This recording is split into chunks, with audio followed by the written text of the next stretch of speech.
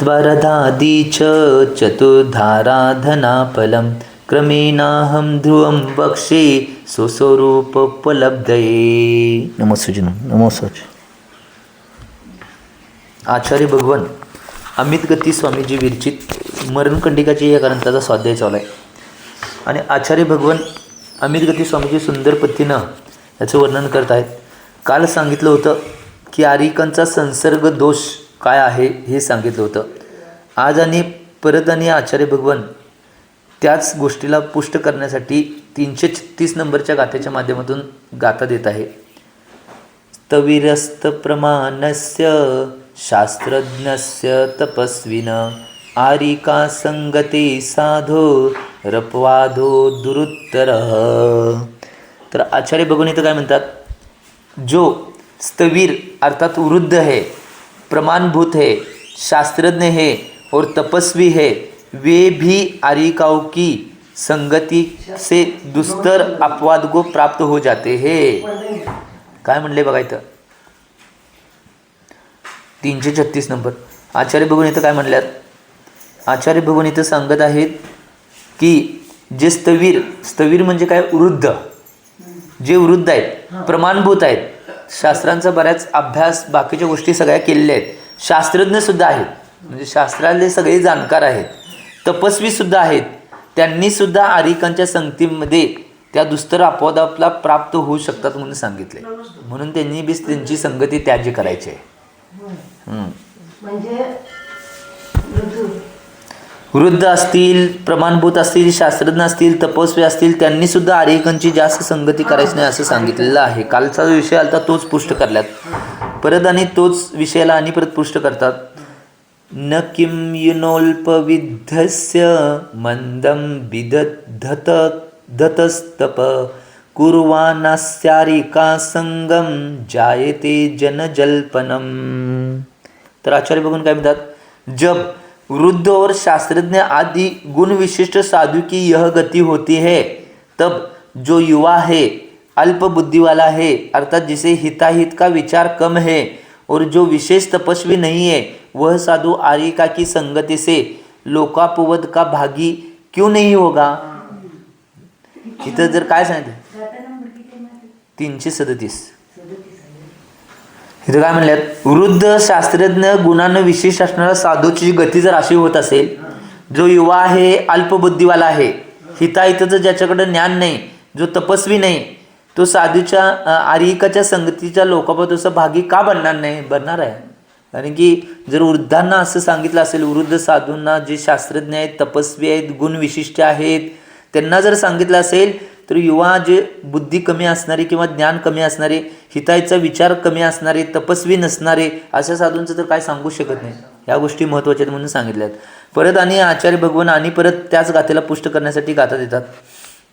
आरिका मानसं सद्यो यती संगे विनश्यति सर्पिर्वन्ये समीपेहि काठिन्यं किं न मुच्यति स्वयं साधो स्थिरत्वेपि संसर्ग प्राप्त धृष्टता क्षिप्रं विभावसो संगे सालाक्षेव विलीयते. तर आचार्य बघून काय म्हणतात, मुनि की संगति से आरिका का परिणाम शीघ्र ही विकृत हो जाता है. घृत को अग्नि के समीप रख देने पर क्या वह घृत अपना काठिन्यपना नहीं छोड़ देता है, अवश्य छोड़ देता है. ते उदाहरण देऊन सांगायलेत. काय सांगायलेत बघा, की मुनीच्या संगतीमध्ये आरिकाचे परिणामसुद्धा विकृत होतात म्हणून सांगितलं आहे. कसं उदाहरण सांगितलं आहे, तूप असेल, तूप जर अग्नीच्या जवळ गेलं तर ते वितळणार नाही, 100% होणार आहे. म्हणून त्यांच्याकडे संगती आहे ते सोडायला पाहिजे म्हणून सांगितलेलं आहे. जैसे अग्नि के संपर्क से लाख शीघ्र ही विलीन हो जाते हैं, वैसे ही स्वयं अपने आप एकदम स्थिर चित्त साधु भी आरिका की संगति प्राप्त कर धृष्टता को प्राप्त हो जाता है, अर्थात शीघ्र ही चंचल हो उठता है. अतः मुनि एवं आरिका दोनों को ही अन्योन्य परिचय या संसर्ग छोड़ देना चाहिए. जे स्वाध्यायासाठी कार्यक्रम असतील त्यावेळी ठीक आहे, परंतु इतर जो परिचय किंवा संसर्ग असतोय किंवा संघ असणे या गोष्टी सोडून द्यायला पाहिजेत असं म्हणलं. ज्याप्रमाणे अग्नीच्या संपर्कामध्ये लाख, ज्या लाखाच्या बांगड्या असतात की ते लाग जर अग्नीचा संपर्क झाला तर ते एकमेक होऊन जाते, चिटकवतात, ते अग्नीवर चिटकवतात. तसं आचार्य भगवान काय म्हणल्यात की आपण कितीही स्थिर चित्तवाला साधू जरी असेल तर आरिकेच्या संगतीला प्राप्त होऊन तो धृष्टतेला प्राप्त होतोय. धृष्टता मलिनतेला चित्त त्याचं व्यवस्थित राहत नाही, चंचल होतोय तो. आणि चंचल होऊन म्हणून की नाही जे मुनी असतील, मुनी आणि आरिकांनी दोनांनी एकमेकांचा अन्योन्य परिचय संसर्ग सोडून द्यायला पाहिजे. ही गोष्ट महत्त्वाची आहे. आणि परत तेच आणि पुष्ट करल्यात अविश्वस्तो गानावर्गे सर्वत्राप्य प्रमादक ब्रह्मचर्यम यती शक्तो रक्षितुम न परः पुनः. तर आचार्य बघून काय म्हणतात, जो साधू स्त्री वर्ग में सर्वत्र प्रमाद रहित होता है और कभी उनका विश्वास नहीं करता, वही साधु जीवंत परेत ब्रह्मचर्य व्रत की रक्षा करने में समर्थ हो सकता है. किंतु जो इससे विपरीत प्रवृत्ति वाला है वह साधु ब्रह्मचर्य व्रत का अंतपर्यंत निस्तार नहीं कर सकता. जो साधू स्त्री वर्गामध्ये सगळ्या ठिकाणी प्रमादरहित असतोय, त्यांच्यावर विश्वास ठेवत नाही, तो साधू जीवनपर्यंत ब्रह्मचर्य व्रताची रक्षा करतोय म्हणून सांगितलं. ही गोष्ट महत्त्वाची आहे. म्हणून रक्षा करण्यामध्ये समर्थ असतोय का. आणि याच्या विपरीत प्रवृत्तीवाला जो साधू आहे तो जीवंताच्या अंतापर्यंत कने ब्रह्मचर्य टिकवू शकणार नाही, हे सांगितलेलं आहे. एक गोष्ट महत्त्वाची आहे. आचार्य सन्मती सागर महाराज कायम म्हणायचे, काय म्हणायचे, कायम म्हणायचं, खरा पुरुष कोण असेल, जो स्त्रीच्या नेत्र कटाक्षातून वाचतोय तो खरा पुरुष. ही गोष्ट महत्त्वाची आहे. स्त्रीचे नेत्र कटाक्षातून वाचतोय तो खरा पुरुष आहे म्हणून सांगितलंय. इथं बी तेच सांगाल्यात की अशा गोष्टीमध्ये निश्चिरूपानं न होता की आमच्या ब्रह्मचर्याच्या रक्षणासाठी या गोष्टी करणं आवश्यक आहे म्हणून ही गोष्ट महत्त्वाची आहे. त्यांच्यावर विश्वास ठेवायचा नाही आणि प्रमादरहित अशी चारित्र आपण करत राहायचं, त्यांच्यावर विश्वास ठेवायचा नाही. कारण की एक त्यांच्या अंतरंगामध्ये मायाचारी जास्त भरलेल्या असतात. हां, कारण की मायाचार्यामुळे स्त्री पर्याय मिळाला आहे आणि मायाचारी आत भरलेले असते. बोटावर मोजण्यासारखे सरळ परिणाम असतात, परंतु मायाचारी जास्त भरल्यामुळे नाही अशा गोष्टी करायच्या नाहीत म्हणून आचार्य पण सांगितले. परत प्रश्न करतात, अप्रमादी रहने का क्या भाव है और स्त्री वर्ग से कौन कौन सी स्त्रियों का ग्रहण होता है. म्हणजे इथं अप्रमादी राहणे याचा भाव काय आहे किंवा स्त्री वर्गातल्या कोणकोणत्या स्त्रियांच्यापासून आपण बाजूला राहायला पाहिजे हे सांगितलंय बघा. यहाँ स्त्री वर्ग से बाला, कन्या, तरुणी, समवयस्का, वृद्धा, भिक्षुनी, तपस्विनी, सुरूपा, कुरूपा एवं गुंगी आदि सभी प्रकार के स्त्रियों का विश्वास नहीं करना चाहिए. काय सांगितले बघा. स्त्री वर्ग म्हणजे काय, लहान, कन्या, तरुणी, समवयस्क, वृद्ध, भिक्षुनी, तपस्विनी, सुरूपा, कुरूप असेल, गुंगी असेल, अशा सगळ्या प्रकारच्या ज्या काही स्त्रिया आहेत त्यांच्यावर विश्वास करायला नको पाहिजे असं सांगायला. उनमें अप्रमादी रहना चाहिए, अर्थात त्यांच्यामध्ये अप्रमादी राहायचं, अर्थात कभी किसी भी स्त्री की संगति नहीं करना चाहिए. चलने, बैठने, रहने, आहार करने एवं स्वाध्याय आदि में कदाचित संपर्क हो जावे या प्रसंगवश कोई कार्य करना भी पड़े तो अप्रमादी होकर अर्थात अत्यंत सावधानीपूर्वक एवं उदासीन वृत्ति से करे ताकि उनका आकर्षण न बने. काय सांगितले, कधी संगती करायला पडली, चालताना, उठताना किंवा आहार, स्वाध्याय किंवा विहार किंवा तीर्थयात्रा या गोष्टी प्रसंगवश सोडले, प्रसंग वर्षामध्ये सुद्धा की नाही अप्रमादी राहून, प्रमाद न करता अप्रमादी राहून की नाही सावधानीपूर्वक उदासीन वृत्तीनं की नाही ते करायला पाहिजे, नाहीतर आकर्षण वाढणार आहे म्हणून सांगितलेलं आहे. ही गोष्ट महत्त्वाची आहे. म्हणून एवढं स्त्रीचं सांगायल्यात की एवढ्या गोष्टी अशा पद्धतीनं त्याग करणं आवश्यक आहे म्हणून आचार्य भगवंतांनी सांगितलं आहे. पुढे म्हणतात, आर्यिका के अनुचरण में दोष. आर्यिकांच्या अनुचरणामध्ये काय दोष लागतो ते सांगायल्यात. विमुक्त सर्वतो जात सर्वत्र सोवशो यती आर्यिकानुचरी भूतो जायतेन्य वशः पुनः. तर आचार्य बघून काय म्हणतात, जो साधु धन धान्य एवं ग्रहादि समस्त परिग्रहों से मुक्त है वह सर्वत्व अपने को अपने वश में रखता है, किंतु वही साधु आर्यिका का अनुगामी होकर पुनः स्त्री, धन एवं धान्यादि परिग्रह के वश हो जाता है. काय म्हणलेलं आहे बघा, जो साधू नाही धन धान्य ग्रहादी आदी समस्त परिकरांचा नाही त्यागी आहे, त्याच्यापासून मुक्त आहे, तो नाही काय करतोय सर्वत्व सगळ्याला नाही आपल्या वश करून घेतोय. परंतु कोणता साधू आरिकाचा अनुगामी आहे, तो आरिकाचा ऐकतोय, आरिकाच्या संगतीमध्ये राहतोय, तो पणत स्त्री धन धान्यादी परिघराच्या वश होतोय. ही गोष्ट महत्त्वाची आहे. म्हणून सांगितलंय की आम्ही या सगळ्या गोष्टीनं बाजूला राहायला पाहिजे. आचार्य भगवंतांनी सांगितले पुढं आणि परत तेच गाता आणि परत आचार्य भगवंत सांगल्यात आणि परत जास्त क्लिष्ट रूपामध्ये आणि जास्त विश्लेषण रूपामध्ये पटवून सांगल्यात. आरिका वचने योगी वर्तमानो दुरुत्तरी शक्तो मोचयितुं न स्वयं श्लेष्ममग्ने व मक्षिका.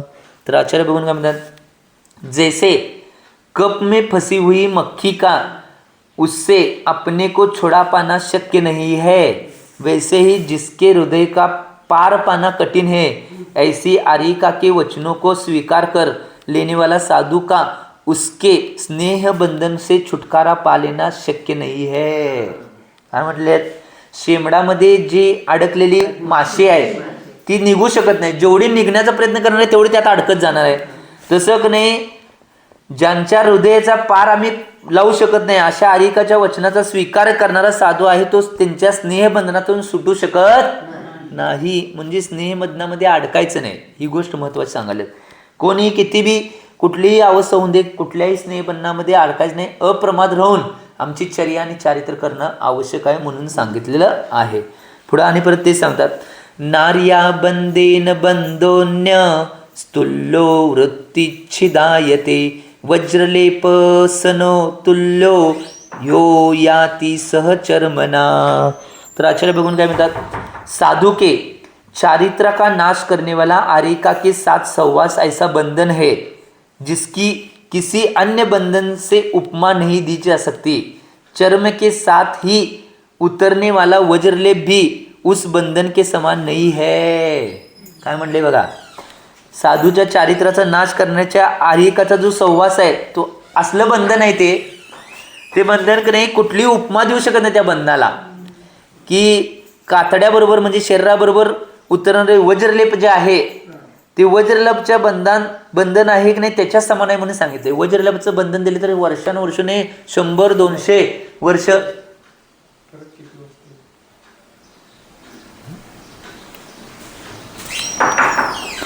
ते बंधन नाही सुटू शकत नाही वज्रलेपाचं. कारण की वज्रलेप केल्यानंतर 500 100 वर्ष 200 वर्ष 500 वर्ष 1000 2,000 5,000 वर्ष ते वज्रलेप सुटत नाही. असाच संपर्क संवास किंवा बंधन जर असेल आरिकांचं तर ते सुटणार नाही म्हणून आचार्य भगवंतांनी सांगितले. म्हणून आम्ही या कुठल्याही नाही अशा गोष्टीला न करता आम्ही जेवढं चारित्र्यामध्ये दृढ राहील तेवढं चांगलं आहे म्हणून सांगितलेलं आहे. आता पुढे म्हणतात, ब्रह्मव्रतं मुमुक्षाणां स्त्री संसर्गेन निश्चितं मंडुकः पन्नगेनेव भीषणेन विनाशते. आचार्य भगवान म्हणतात, जैसे भीषण सर्प द्वारा मेंढक नष्ट कर दिया जाता है, वैसे ही स्त्री संसर्ग से मुमुक्षु मुनिराजू का ब्रह्मचर्य व्रत नियमता विनष्ट हो जाता है. म्हणजे जो भयंकर असा सर्प आहे नागसर्प, त्याच्याद्वारे बेडकाला मारलं जाते किंवा नष्ट केले जाते, गिळंकृत केले जाते. त्याप्रमाणे स्त्रीच्या संसर्गामुळे जो मुमुक्ष म्हणजे मोक्षाचा अभिलाषी मुनुराजा आहे त्याचं ब्रह्मचर्यवत सुद्धा विनष्ट होऊ जाते, नष्ट होऊन जाते म्हणून सांगितले. किती सांगितले बघा. म्हणून आम्ही आमच्या जीवनामध्ये उदाहरण देऊन समजावून सांगलेत. आमच्या जीवनामध्ये स्त्रीनं पुरुषाचा आणि पुरुषानं स्त्रीचा जास्तीत जास्त संपर्क टाळलेला बरा आहे या क्षेत्रामध्ये, ही गोष्ट महत्त्वाची आहे.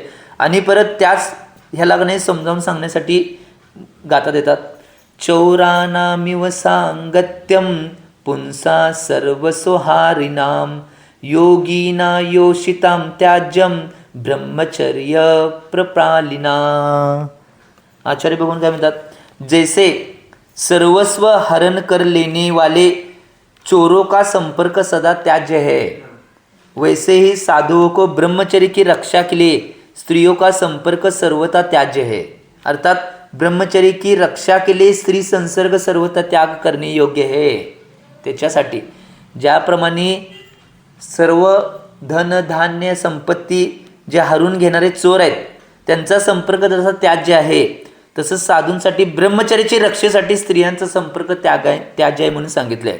मी मगाच सांगितलं, आहार, बाकीच्या गोष्टी, विहार किंवा स्वाध्याय किंवा पंचकल्याण पूजा, तीर्थयात्रा अशा गोष्टी सोडून त्यामध्ये सुद्धा अप्रमाद होऊन सावधानतेपूर्वक नाही त्या गोष्टी करायच्या, उदासीन राहून नाही या गोष्टी करणं आवश्यक आहे. बाकीच्या कुठल्याही बाबतीत स्त्रींचा संपर्क करायला नाही. धार्मिक गोष्टी असतील त्या गोष्टी सोडून बाकीच्या, कारण की ब्रह्मचर्याच्या रक्षासाठी स्त्री संपर्काचा सर्वथा त्याग करणं आवश्यक आहे म्हणून सांगितलेलं आहे. या प्रकारे आरिका संघ त्याग प्रकरण पूर्ण झालेलं आहे. आरिका संघ त्याग हे प्रकरण पूर्ण झाले आहे. आता आणि आचार्य भगवान काय सांगतात, अन्य बी वस्तू के त्याग का निर्देश, आणि कुठल्या वस्तूंचा त्याग करायचा आहे याचा निर्देश पुढच्या गाथेच्या माध्यमातून द्याल्यात. पहिला गाथा कंठस्थ करूया आणि आचार्य भगवंतांनी काय म्हणले. यद्यदन्यदपि द्रव्यम किंचित बंधन कारणम तत्तत् त्रिधा निराकृत्य यद्धव्यम दृढ़ संयमा. तर आचार्य भगवान काय म्हणतात, साधुओं को मात्र आर्यिकाओं के संसर्ग से ही दूर नहीं रहना चाहिए, अपितु अन्य भी जो वस्तु साधुओं के किंचित भी बंधन का कारण है, अर्थात उन्हें परतंत्र करती है, उन वस्तुओं को मन, वचन और काय से त्याग कर संयम को दृढ़ रखने का प्रयत्न करना चाहिए. नुसतं आर्यिकांच्या संसर्गापासून दूर राहून चालणार नाही, तर अन्य ज्या वस्तू आहेत त्या साधूंना नाही बंधनामध्ये टाकणार आहेत अशा वस्तूंचा सुद्धा त्याग करायला पाहिजे. त्या ज्या गोष्टी नाही आवश्यक लागणार आहेत त्या गोष्टी सोडून बाकीच्या ज्या वस्तू आहेत त्या वस्तूंचा सुद्धा त्याग करायला पाहिजे. जे बंधनामध्ये टाकणार आहेत त्या सगळ्या वस्तूंना मना, वचन आणि कायानं नाही त्याग करायला पाहिजे, नाहीतर ते तुम्हाला परतंत्रामध्ये टाकणार आहेत, तुमचं स्वातंत्र्य हरवून जाणार आहे. म्हणून आचार्य भगवंतांनी सांगितलं आहे, आम्ही आमच्या जीवनामध्ये एक गोष्ट लक्षात घ्या, कुठली तरी एक गोष्ट हवी असेल, ती एक गोष्ट हवी असेल, एक गोष्टी मिळली तर परत आणि दुसरी गोष्ट हवी असत्या. त्यामुळं संतोषी सदा सुखी, संतोषी सुद्धा सुखी याचा अर्थ काय, ज्या व्यक्तीच्या मनामध्ये अंतरंगामध्ये संतोष भाव असणार आहेत त्याला मग काय मिळलं नाही मिळलं तो गप बसतोय. आहारच्या वेळी बी असंच आहे, कुठल्या बी अवस्थेत लावा. आहारच्या वेळी बी नाही, समजा आहार घ्यालोय, आता काय मिळलं नाही मिळलं, जेवढं आहे ते समाधानात खायचा विषय मोकळा. मग संतोष असला तर समाधान असते, नाहीतर मग विकल्प, हे मिळलं ना ते मिळालं चालू होते. का होते याचं मूळ कारण का नाही, आमच्याजवळ संतोष नाही म्हणून. आम्हाला पाहिजे पाहिजे पाहिजे, आकर्षण आहे, इच्छा आहे, कांक्षा आहे आमची. त्यामुळे या गोष्टी होता कामा नये. नुसता आरिकाचा संसर्ग त्याग करायचा असं नाही, अन्य वस्तू जे साधनेला बाधक असणार आहेत आणि आम्हाला परतंत्रामध्ये टाकणार आहेत त्या वस्तूंचा सुद्धा त्याग आवश्यक आहे. ही गोष्ट महत्त्वाची आहे. म्हणून आचार्य भगवान पुढे म्हणतात, भ्रष्ट मुनियों के संसर्ग त्याग के निर्देश. आता सांगायला की भ्रष्ट मुनींच्या संसर्गाचा त्याग करायचा. आता हे बी लय महत्त्वाचं आहे.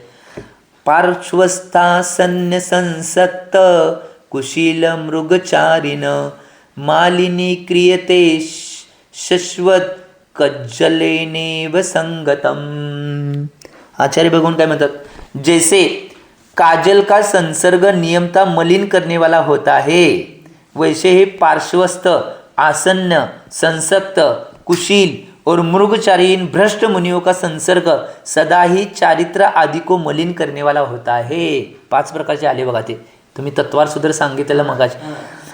ज्याप्रमाणे की नाही काजल म्हणजे किट्ट काळीमा असतोय, त्या काळीमाचा संसर्ग आपल्याला मलिन करणार आहे. काळीमा लागलं तर आम्ही बी मलिन होणार आहे ना.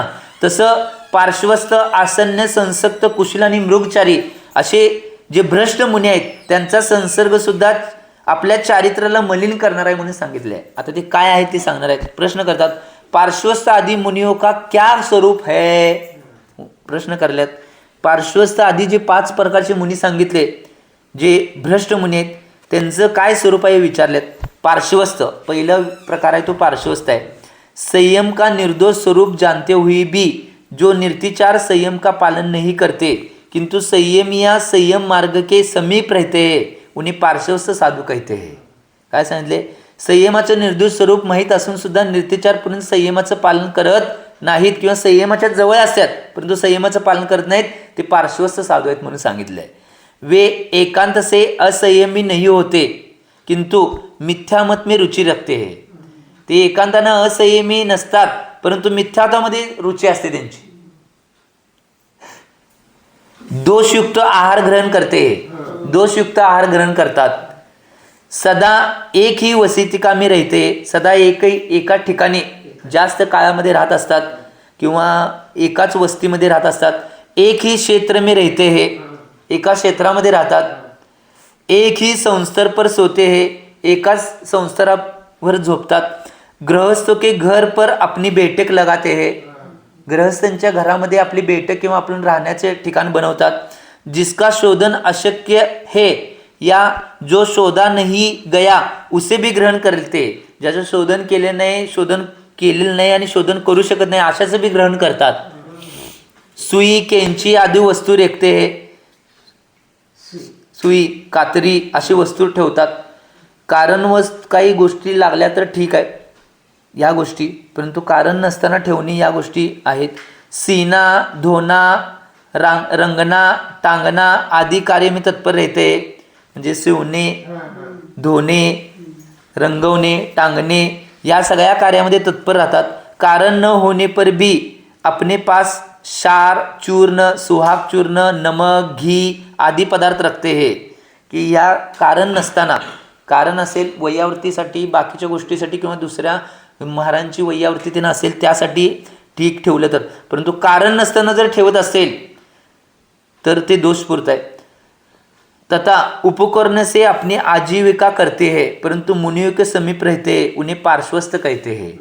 जी आपली उपकरणाच्या माध्यमातून आपली आजीविका करतात, की हे मी देतोय म्हणून हे मला करा, असे मुनी आणि मुनींच्या समीप राहतात ते पार्श्वस्थ मुनी आहेत म्हणून सांगितले. हे सगळे दोष त्यांच्या संसर्गामध्ये राहायचं नाही म्हणून सांगितलेलं आहे. आसन्न दुसरा प्रकार आहे तो आसन्न. हे चारित्र में सदा शिथिल रहते हैं, हे चारित्रामध्ये कायम शिथिल राहतात. सुख स्वभावी असतात, सुखाचे स्वभाव असतात, कायम सुखाची प्राप्ती पाहिजे त्यांना. मूल एवं उत्तर गुण में सदा अतिचार लगाते हैं, मूल आणि उत्तर गुण आहेत त्यामध्ये अतिचार लावतात. परलोक के विषय में निस्पृह और ऐहिक कार्यों में तत्पर रहते, परलोकाच्या विषयामध्ये निस्पृह असतात आणि ऐहिक कार्यामध्ये तत्पर असतात, आपल्याला जे चांगलं वाटेल त्या कार्य करत असतात. स्वाध्याय आदी कार्यों में उदासीन रहते, स्वाध्याय आदी कार्य असेल तर त्यावेळी गप शांत राहणार आणि इतर कार्य असेल ते मनानं करणार, अशी अवस्था असते. 15 प्रमादशी पूर्ण राहते, जे 15 प्रकारचे प्रमाद आहेत त्यानं ती पूर्ण असतात, ते प्रमाद करत असतात कायम.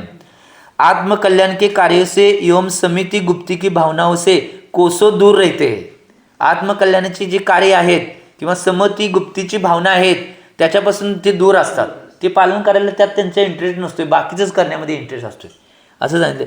तथा रत्नत्रय की शुद्धि में उदासीन किंतु गृहस्थ सदृश आरंभादी करणे में संलग्न रहते, रत्नत्रयची शुद्धीमध्ये उदासीन असतात, शुद्धी करायचे भाव करत नाहीत आणि गृहस्थाचे सदृश जे आरंभादी कार्य आहेत ते कार्य करण्यामध्ये, शेती किंवा बाकीच्या गोष्टी आता मला सांगायला नको, या गोष्टी करण्यामध्ये ते संलग्न असतात. हे सगळे कुठले आसन्न मुनी आहेत म्हणून सांगितले.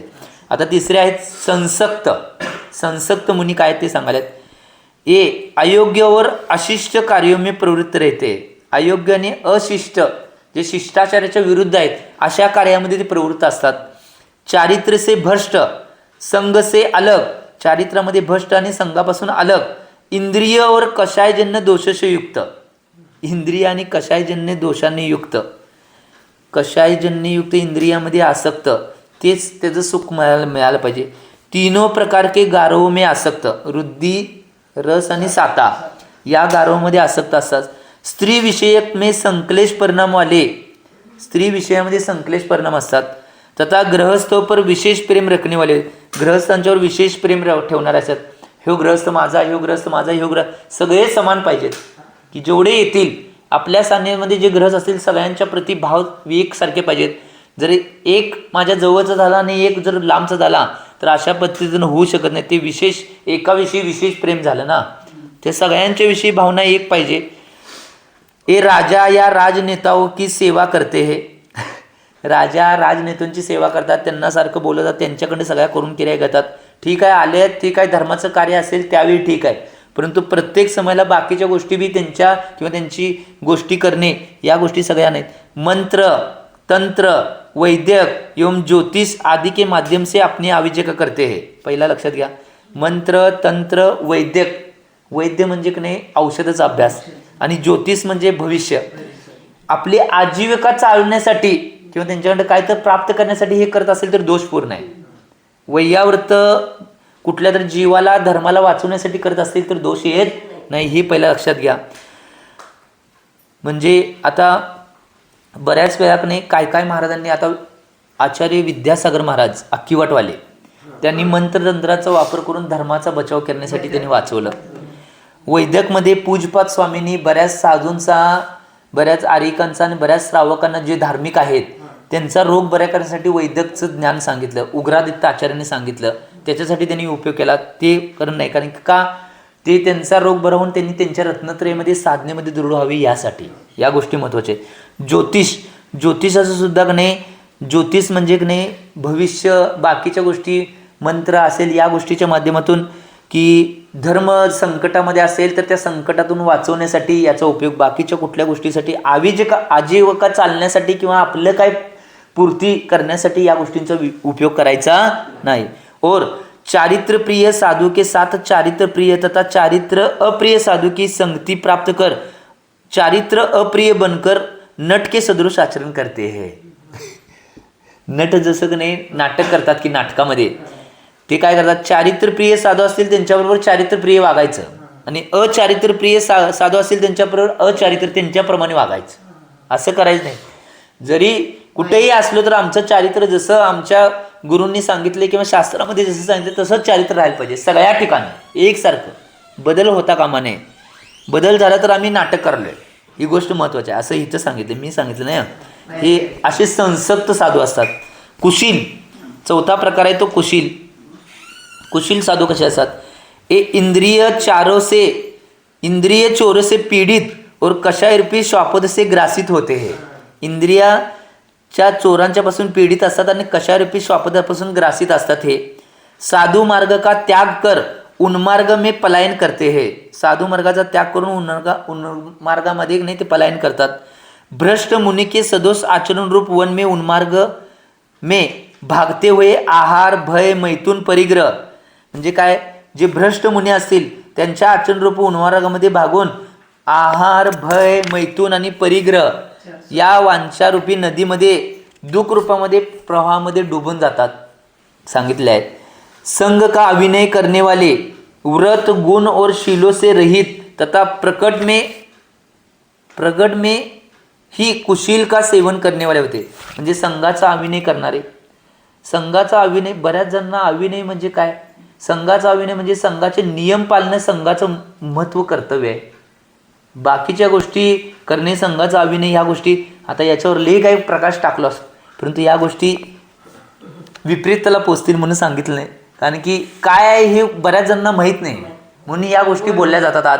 आज या गोष्टी आम्ही काय, एक गोष्ट लक्षात घ्या की जीवनामध्ये चारित्रामध्ये दोष अनेक नाही. आगमानुसार जर चारित्र आचरण नसेल त्यात दोष असेल तर याची अवहेलना केली ना, अभिनय केला आम्ही. यात जर दोष नसतील तर अभिनय आणि ह्या गोष्टी कशा झाल्या, 3 काळात होऊ शकत नाहीत. याचं चिंतन आम्ही करणं आवश्यक आहे. व्रतामध्ये गुणामध्ये आणि शीलाने रहित असेल आणि प्रगट कुशीलाचं सेवन करत असेल तर आम्ही की नाही या किती नंबर कुशील की नाही आम्ही कुशील रूपामध्ये असणार आहे असं सांगितले. मग अशा कोणत्याही गोष्टी असतील तर ते कुशील साधू आहेत म्हणून सांगितलेलं आहे. आम्ही याचं चिंतन करणं आवश्यक. याच्यावर बराच प्रकाश जो एक दिवसभर बोललं तरी संपणार नाही, अशा गोष्टी आहेत. याचं चिंतन आम्ही करणं आवश्यक आहे. ते काय कळायला पाहिजे. आज बऱ्याच जणांना नाही वाटते की या गोष्टी नुसता कोण बोललं म्हणून या गोष्टी होणार असं नाहीत, परंतु बऱ्याच सावकांना नाही, बऱ्याच साधू साध्वींना नाही शास्त्राचा अभ्यास आहे, त्यांना माहिती आहे काय आहे शास्त्रामध्ये. त्यामुळे या गोष्टी की नाही कोण सांगितल्यावरच सिद्ध होतील असं 3 काळात नाही, तर आचार्य भगवंतांनी जसं शास्त्रामध्ये सांगितले ते सिद्ध होणार आहे. ही गोष्ट महत्त्वाची आहे. चारित्र आणि रत्नत्रय सगळ्यात महत्त्वाचे आहे. पुढे म्हणतात मृगचारी, 5वा प्रकार आहे तो मृगचारी. जो संग छोड़कर अकेले ही स्वच्छंद रूप से विहार करते हैं और जिनेंद्र देव के वचनों को दूषित करने वाले हे. जिनेंद्र देवांच्या जर ह्याला वचनांना दूषित करत असेल, संघ सोडायला स्वच्छंद जात असेल, काही कारण असेल आणि सोडले असतील तर तो विषय वेगळा आहे. ही गोष्ट महत्त्वाची आहे. स्वच्छंदपणासाठी विहार करत असेल तर तो गोष्ट वेगळा आहे. इथं आणि जिनेंद्र भगवंताचे बरं स्वच्छंद विहार करल्यात, जिनेंद्र भगवंताच्या वचनाला बी दूषित करल्यात. वचनाला दूषित करत असेल तर ही गोष्ट उन्हें मृगचारी अथवा स्वच्छंदचारी कहते हैं. त्यांना मृगचारी किंवा स्वच्छंदचारी म्हणतात. ये आगम विरोधावर पूर्वाचार्य द्वारा अकथित आचारों का प्ररूपण करते हैं. आगमाच्या विरुद्ध सांगतात, आगमाच्या विरुद्ध प्ररूपण करतात. सिद्धांताचं स्वरूप अन्यथा समजावून सांगतात. सिद्धांत असा आहे तो विपरीत सांगतात. अन्यथा आचरण करते, वेगळं आचरण करतात. आचरण जसं सांगितले शास्त्रात न करता वेगळं आचरण करतात. आम्ही सांगतो तसं आचरण. ये पदार्थ के स्वरूप या श्रमण संस्कृति के सिद्धांतों का विवेचन आगम विरुद्ध स्वेच्छाकल्पित कल्पना के माध्यम से करते हैं. म्हणजे पदार्थांचं स्वरूप नाही, श्रमण संस्कृतीच्या सिद्धांताचं विवेचन आगमाविरुद्ध स्वेच्छानं कल्पित आपल्या मनामध्ये कल्पना येईल तसं सांगायचं. शास्त्रातून नाही, आपल्या मनात कल्पना येईल तसं सांगायचं, तसं माध्यमातून करायचं. शास्त्रात काय सांगितलंय, कुठं पुरावा आहे का हे न सांगता असं होणार तसं होणार असं होणार हे सांगायचं. कल्पित सगळं मनात कल्पना करून. परंतु 3 काळात असं होणार नाही, कारण की शास्त्र हे एक प्रमाण आहे. ही गोष्ट महत्त्वाची आहे. घोर संयम में प्रवृत्त होते हुए भी हे सम्यक रूपी रत्न से रहित होते. संयमामध्ये प्रवृत्त असताना सुद्धा सम्यक रूपी रत्नांना ते रहित असतात. सम्यक दर्शन नसते, मिथ्या सगळ्या भ्रांतना मानत असतात. इनका चारित्र रूपी रत्नों से भरा भंडार भी इंद्रिय और कषाय रूपी डाकुओं द्वारा लूट जिया जाता है.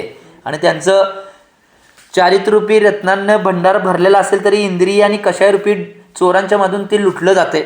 तब ए शील दरिद्र मिथ्यात्व को प्राप्त होकर जिन प्रणीत सिद्धांत को अप्रमाण मानते हुए तीव्र दुख की परंपरा को प्राप्त हो जाते.